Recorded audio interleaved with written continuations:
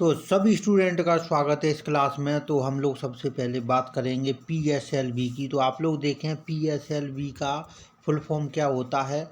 Polar satellite launch vehicle. बिल्कुल 1200 kilogram भार वर्ग तक के दूर संवेदी उपग्रहों को 900 किलोमीटर ऊंचाई तक ध्रुवीय सूर्य कक्षा में स्थापित करने के उद्देश्य से पीएसएलवी का देश में किया गया था विकास। तो यह क्वेश्चन कई बार पूछा जा चुका है, इस चीज़ का रखें ध्यान। अब आप लोग एक और चीज़ ध्यान रखें कि ठोस प्रणोदकों के अंतर्गत बिल्कुल HTP और B हाइड्रोक्साइड टर्मिनेटेड पॉलीब्यूटाडाइन का ईंधन के रूप में तथा अमोनियम परक्लोरेट क्या है, अमोनिया परक्लोरेट का ऑक्सीकारक के रूप में प्रयोग किया जाता है। और आप लोग ध्यान रखें इन चीज़ों का कि जब लिक्विड प्रणोदक के रूप में मुख्य रूप से काय का प्रयोग अनसिमेट्रिकल डाई मिथाइल हाइड्राजाइन एवं N2O4 का प्रयोग किया जाता है जो कमरे के ताप पर द्रवीभूत रहता है। अब हम लोग बात करेंगे GSLV की। तो GSLV का क्या होता है फुल फॉर्म, जियो स्टेशनरी और जियो सिंक्रोनस सैटेलाइट लॉन्च व्हीकल। तो GSLV एक शक्तिशाली 3 चरणों वाला भूतुल्यकालिक या भू स्थिर उपग्रह है। GSLV के प्रथम चरण में ठोस प्रणोदक, द्वितीय चरण में द्रव प्रणोदक तथा तृतीय चरण में क्रायोजेनिक इंजन का किया जाता है उपयोग। ठोस प्रणोदकों के अंतर्गत हाइड्रोक्साइड टर्मिनेटेड पॉलीब्यूटाडाइन का ईंधन के रूप में तथा अमोनियम परक्लोरेट का ऑक्सीकारक के रूप में किया जाता है प्रयोग। अब देखें सभी बच्चे, क्रायोजेनिक तकनीक में प्रणोदक के रूप में अत्यंत निम्न ताप पर द्रव हाइड्रोजन एवं द्रव ऑक्सीजन का प्रयोग होता है। ठीक है बच्चों। और एक और चीज़ है इसमें कि द्रव प्रणोदकों के अंतर्गत अनसिमेट्रिकल डाई मिथाइल हाइड्राजाइन एवं N2O4 का किया जाता है प्रयोग। 28 मार्च 2001 को GSLV की पहली विकासात्मक परीक्षण उड़ान किया था जो कि असफल रहा था। और आप लोग देखें GSAT फर्स्ट को 36,000 किलोमीटर की ऊंचाई पर स्थित भू-स्थैतिक स्थानांतरण कक्षा में स्थापित नहीं कर सका था और 1,000 किलोमीटर नीचे ही रह गया था। इसलिए द्वारा से क्या हुआ था, GSLV-D ने प्रायोगिक संचार उपग्रह GSAT-2 को पृथ्वी की समांतर कक्षा में 36,000 किलोमीटर ऊपर स्थापित कर दिया तथा इसका इंडोनेशिया के ब्याक और कर्नाटक के आसन स्थित मुख्य नियंत्रण प्रणाली से संपर्क हो गया। अब देख लें बच्चे, क्रायोजेनिक प्रौद्योगिकी क्या होती है। तो क्रायोजेनिक का शाब्दिक अर्थ निम्न तापकी है। यह ग्रीक भाषा के क्रायो से बना हुआ है जो बर्फ के समान शीतलता के लिए प्रयुक्त होता है। निम्न तापकी विज्ञान में 0 डिग्री सेल्सियस से 150 डिग्री सेल्सियस नीचे के तापमान को क्रायोजेनिक ताप कहा जाता है। निम्न ताप अवस्था वाले इंजनों में अति निम्न ताप पर हाइड्रोजन का ईंधन के रूप में तथा ऑक्सीजन का ऑक्सीकारक के रूप में किया जाता है प्रयोग। इस प्रौद्योगिकी में इन प्रणोदकों को तरल अवस्था में ही प्रयोग किया जाता है। इसमें ईंधन को परम तापीय अवस्था में प्रयोग करने की विशेषता के कारण इसे क्रायोजेनिक इंजन कहा जाता है। इस इंजन की प्रमुख विशेषता है, क्रायोजेनिक इंजन में प्रयोग होने वाले द्रव हाइड्रोजन एवं द्रव ऑक्सीजन के दहन से जो ऊर्जा पैदा होती है वह ठोस आधारित इंजन से प्राप्त ऊर्जा से कई गुना अधिक होती है। अब देखें आप लोग, क्रायोजेनिक इंजन का पहली बार प्रयोग अमेरिका द्वारा एटलांस संटूर नामक रॉकेट में किया गया था। 28 अक्टूबर 2006 को तमिलनाडु के महेंद्रगिरी में पूर्ण निम्न ताप अवस्था का भारत ने सफल परीक्षण किया। 5 जनवरी 2014 को भारतीय अंतरिक्ष संगठन ने भारी उपग्रहों के प्रक्षेपण की क्रायोजेनिक तकनीक विकसित कर GSLV-D5 क्रायोजेनिक इंजन को सफलतापूर्वक प्रक्षेपित किया। भारत क्रायोजेनिक तकनीक का सफल परीक्षण करने वाला 6वां देश है। रूस, अमेरिका, चीन, जापान एवं फ्रांसी ने इसमें बिल्कुल सफलता प्राप्त की है। अब देखें सभी बच्चे अगला क्वेश्चन। देखो पहला क्वेश्चन है अंतरिक्ष में भेजा गया भारत का प्रथम उपग्रह है कौन सा। तो कौन सा उपग्रह है, भास्कर, रोहिणी, आर्यभट्ट और एप्पल है। तो बिल्कुल तो अंतरिक्ष में भेजा गया भारत का प्रथम उपग्रह है, कौन सा है? आर्यभट्ट है। कौन सा है? बिल्कुल आर्यभट्ट है भारत का प्रथम उपग्रह। तो इस चीज़ का आपको रखना है ध्यान। और कब भेजा गया था? 1975 को। अब देखें स्टूडेंट अगला क्वेश्चन।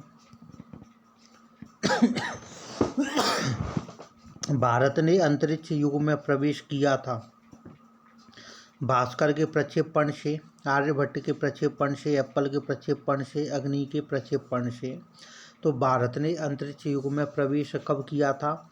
आर्यभट्ट के प्रक्षेपण से किया था प्रवेश। अति महत्वपूर्ण क्वेश्चन है। अब आ जाओ अगले क्वेश्चन पर। आर्यभट्ट का प्रक्षेपण किया गया था कब? 19 अप्रैल 1975 को, या 6 दिसंबर, या 31 जनवरी, या 2 अक्टूबर 1980, 1958। तो आर्यभट्ट का प्रक्षेपण 19 अप्रैल 1975 को किया गया था। इनसैट 3C को प्रक्षेपित किया गया हासन ने, कोरू ने, श्रीहरिकोटा से, तुम्बा से। तो इनसैट 3C को प्रक्षेपित किया गया था कब? कोरू से किया गया था प्रक्षेपित। कब? कोरू से। अब देख लें बच्चे, निम्नलिखित युगों में से कौन सा एक सही सुमेलित नहीं है? तो कॉस्मिक बैकग्राउंड उपग्रह कार्यक्रम एक्सप्लोरर है, बिल्कुल। फैल्कॉन समुद्रगत केबल तंत्र है, डिस्कवरी अंतरिक्ष शटल है, अटलांटिस अंतरिक्ष स्टेशन है। तो निम्नलिखित युगों में से कौन सा एक सही सुमेलित नहीं है? तो अटलांटिस अंतरिक्ष स्टेशन है, बिल्कुल। अटलांटिस अंतरिक्ष स्टेशन है जो कि सुमेलित नहीं है। अब देख लें आप लोग अगला क्वेश्चन। निम्नलिखित में से कौन सा नासा का अंतिम अंतरिक्ष यान रहा है, शटल रहा है? अटलांटिस है, कोलंबिया है, डिस्कवरी है और एंडेवर है। बताएं सभी बच्चे इसका सही विकल्प कौन सा है? तो अटलांटिस है। तो निम्नलिखित में से कौन सा नासा का अंतिम अंतरिक्ष यान शटल रहा है? तो अटलांटिस है। अब आ जाओ अगले क्वेश्चन पे। तो यहाँ पे क्या पूछा गया है? नासा का अंतरिक्ष यान केसनी किस ग्रह के मिशन पर है? बृहस्पति, मंगल, शनि और शुक्र। तो नासा का अंतरिक्ष यान केसनी किस ग्रह के मिशन पर है? तो शनि ग्रह के मिशन पर है केसनी।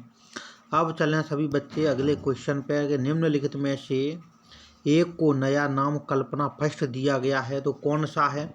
इनसैट फर्स्ट है, मैट सेट है, बिल्कुल इनसैट 2 भी है और अग्नि थर्ड है। तो मैट सेट है, कौन सा है? तो निम्नलिखित में से एक को नया नाम कल्पना दिया गया है, मैट सेट है।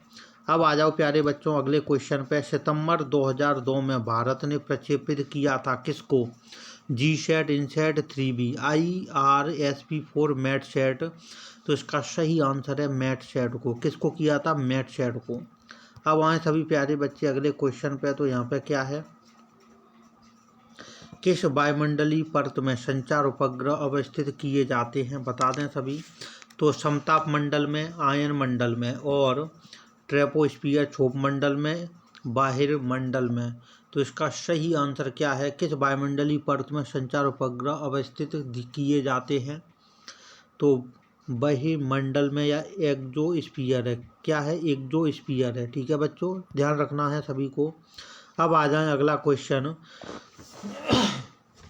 एक भू-स्थिर उपग्रह का परिभ्रमण काल होता है 12 घंटे, 24 घंटे, 48 घंटे, 6 घंटे। तो 24 घंटे होता है। कितना होता है स्टूडेंट? 24 घंटे होता है। अब देख लें आप लोग अगला क्वेश्चन। भू-स्थिर उपग्रह घूमता है किसी भी ऊंचाई पर, स्थिर ऊंचाई पर, ध्रुव के ऊपर ऊंचाई पर। ऊंचाई उपग्रह के द्रव्यमान पर निर्भर करती है। तो बताएं सभी। भू-स्थिर उपग्रह घूमता है स्थिर ऊंचाई पर घूमता है। काय पर? स्थिर ऊंचाई पर। अब देखें आप लोग अगला क्वेश्चन। एक भू-स्थिर उपग्रह का काल कितना होता है? 6 घंटे, 12 घंटे, 18 घंटे और 24 घंटे। तो बिल्कुल एक भू-स्थिर उपग्रह का काल होता है 24 घंटे होता है। कितना होता है बच्चों? 24 घंटे। अब चलें अगले क्वेश्चन पे। तो देख लो अगला क्वेश्चन। नासा अमेरिकी अंतरिक्ष अभिकरण से केपलर नामक दूरबीन का प्रवर्तन किया जानने के लिए, दूरस्थ तारों को जानने के लिए, दूरस्थ ग्रहों को जानने के लिए, दूरस्थ उपग्रहों को जानने के लिए, पृथ्वी तुल्य उपग्रहों को जानने के लिए। तो पृथ्वी तुल्य उपग्रहों को जानने के लिए नासा अमेरिकी अंतरिक्ष अभिकरण ने केपलर नामक दूरबीन प्रवर्तन किया, पृथ्वी तुल्य ग्रहों को जानने के लिए। अब देख लो अगला क्वेश्चन है, भारतीय उपग्रह श्रृंखला जो दूर संचार तंत्र के लिए उपयोग में लाई जा रही है वह रोहिणी है, IRS है, कार्टोसैट है, इनसैट है। तो इसका सही है क्या, इनसैट है। क्या है बच्चों, इनसैट है। तो भारतीय उपग्रह श्रृंखला जो दूर संचार तंत्र के लिए उपयोग में लाई जा रही है उसको बोलते हैं इनसैट। अब देखें प्यारे बच्चों अगला क्वेश्चन, भारत का पहला रिमोट सेंसिंग सैटेलाइट छोड़ा गया था बीकानेर से, केप कैनेडी से, फ्रेंच गुयाना से, श्रीहरिकोटा से। तो इसका सही विकल्प है बीकानेर से। क्या है, बीकानेर से। अब देखें प्यारे बच्चे अगला क्वेश्चन, निम्नलिखित में से कौन सा एक अंतरिक्ष यान है, एपोसिस, कैसनी, स्पित्ज़र और टेक्सास। तो क्या है इसका सही विकल्प बताएं सभी स्टूडेंट। निम्नलिखित में से कौन सा एक अंतरिक्ष यान है, तो कैसनी है। कैसनी क्या है, अंतरिक्ष यान है। अब आए सभी स्टूडेंट अगला क्वेश्चन, देखो एप्पल उपग्रह को क्या है, एप्पल उपग्रह को प्रक्षेपित किया गया था, कब किया गया था प्रक्षेपित, फ्रेंच गुयाना या कोरू से, बीकानेर से, श्रीहरिकोटा से, केप कैनेवरल अमेरिका से।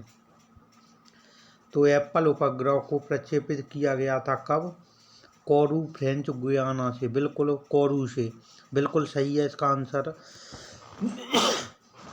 अब देखें आप लोग अगला क्वेश्चन, प्रथम भारतीय संप्रेषण सैटेलाइट एप्पल छोड़ा गया था कब, 27 फरवरी 1982, 18 सितंबर 1981, 19 जून 1981, 25 दिसंबर 1981। तो प्रथम भारतीय संप्रेषण सैटेलाइट एप्पल छोड़ा गया था कब, 19 जून 1981 को छोड़ा गया था। कब, 19 जून 1981 को। अब देख लें आप लोग अगला क्वेश्चन, भारत के इनसैट फर्स्ट डी का प्रक्षेपण कब किया गया था। तो 10 जून 1990, 12 जून 1990, 13 जून 1990, 15 जून 1990। तो इसका सही विकल्प है 12 जून 1990 को किया गया था प्रक्षेपण। अब आ जाओ प्यारे बच्चों अगले क्वेश्चन पे कि भारत का पहला संचालन उपग्रह IRNSS फर्स्ट ए बिल्कुल कहाँ से छोड़ा गया, श्रीहरिकोटा, अहमदाबाद, तिरुवनंतपुरम, बंगलुरु। तो श्रीहरिकोटा से छोड़ा गया था, कहाँ से, श्रीहरिकोटा से। अति महत्वपूर्ण क्वेश्चन है यह। अब आ जाओ अगले को, देखो कुछ इम्पोर्टेंट चीज़ें हैं। SLV जो उपग्रह प्रक्षेपण यानों के प्रथम प्रक्षेपण की तिथि है, देखो SLV की क्या है डेट, तो 10 अगस्त 1979 को छोड़ा गया था ASLV, 24 मार्च 1987 को प्रथम प्रक्षेपण की विधि, PSLV 20 सितंबर 1993, GSLV 18 अप्रैल 2001 को। अब आए सभी बच्चे अगले क्वेश्चन पर। तो अगला क्वेश्चन है अति महत्वपूर्ण, भारतीय सुदूर संवेदन संस्थान स्थित है बंगलुरु, हैदराबाद, अहमदाबाद, देहरादून। बताना स्टूडेंट, भारतीय सुदूर संवेदन संस्थान स्थित है देहरादून में। कहाँ पे है, देहरादून में स्थित है। अब देखें प्यारे बच्चे अगला क्वेश्चन, भारतीय सुदूर संवेदन संस्थान स्थित है बंगलुरु, हैदराबाद, अहमदाबाद और देहरादून। तो बिल्कुल है देहरादून में है स्थित। कहाँ पे है, देहरादून में है स्थित। अब आए प्यारे बच्चे अगले क्वेश्चन पर, इसरो की मास्टर कंट्रोल सुविधा हासन में है जो स्थित है कहाँ पे, कर्नाटक में स्थित है। बिल्कुल इसरो की मास्टर कंट्रोल सुविधा हासन में है जो स्थित है कर्नाटक में स्थित है। अब आ जाओ अगले क्वेश्चन पर। अति महत्वपूर्ण क्वेश्चन है कि भारतीय अंतरिक्ष कार्यक्रम के जनक कौन थे, doctor Vikram Sarabhai, doctor Satish Dhawan, doctor Homi J Bhabha, doctor Krishnaswamy Kasturirangan. तो भारतीय अंतरिक्ष कार्यक्रम के जनक कौन थे, डॉक्टर विक्रम अम्बालाल साराभाई, यही है इसका आंसर। तो सभी के सभी क्वेश्चन अति महत्वपूर्ण है, सभी बच्चे इस क्वेश्चन को भी ध्यान रखें।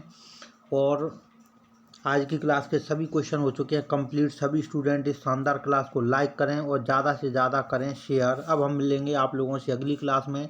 जय हिंद, जय भारत, जय महाकाल।